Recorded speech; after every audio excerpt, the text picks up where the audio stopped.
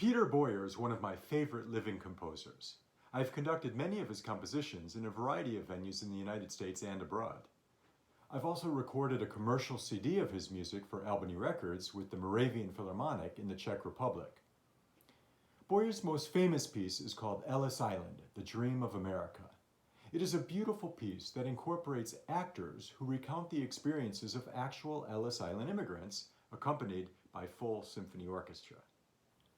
The piece I'd like to talk about today, however, is called Three Olympians, which is written for string orchestra. From a programmatic standpoint, the piece is a musical depiction of three Greek gods who dwelled in the city of Olympus. Apollo, the god of the sun, among other things, Aphrodite, the goddess of love and beauty, and Ares, the god of war. All three of these deities were children of Zeus, but had different mothers.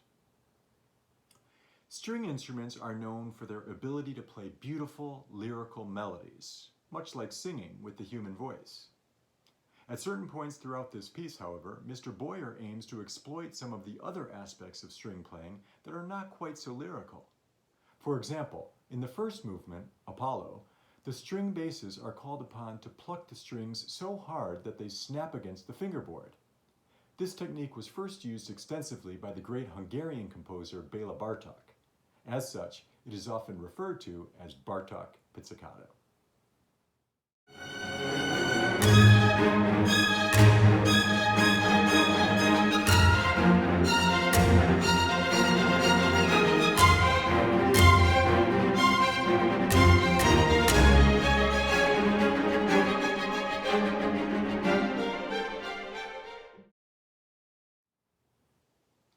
In the third movement, Ares, the god of war, the strings employ a technique called collegno battuto, in which they beat the strings with the wooden part of their bows.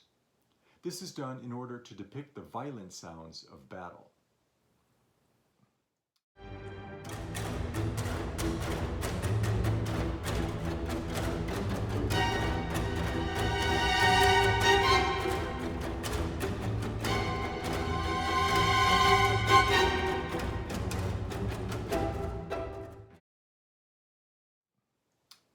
The second movement mostly features the strings in the way that they are most commonly used, namely for beautiful lyrical playing. This makes perfect sense, since the movement is a musical depiction of Aphrodite, the goddess of love and beauty. However, the movement opens in a somewhat mystical and mysterious way. The composer achieves this through the use of several different types of string harmonics, a sort of whistling effect created by pressing the finger only halfway down on the string.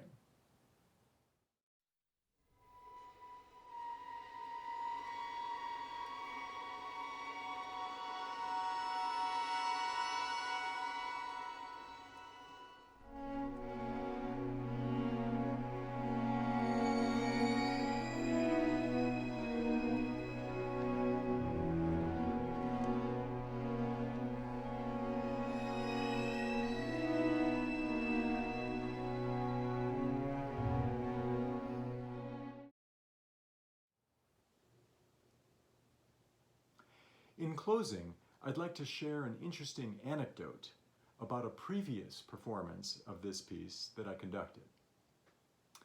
A couple of years ago, at a concert with the Bayerische Philharmonie in Munich, Germany, I performed this piece alongside the Tchaikovsky Serenade for Strings, which is probably the greatest string orchestra piece ever written. My expectation was that the audience would enjoy hearing this new piece that they'd never heard before and appreciate the composer's imagination and ingenuity. But I assumed that the highlight of the program would be the Tchaikovsky. Much to my surprise and delight, it was the Boyer that turned out to be the big hit of the evening, to the extent that we had to spontaneously encore the third movement of it. I hope that you enjoy the music of Peter Boyer, and specifically his Three Olympians, as much as I do, and as much as that Munich audience did.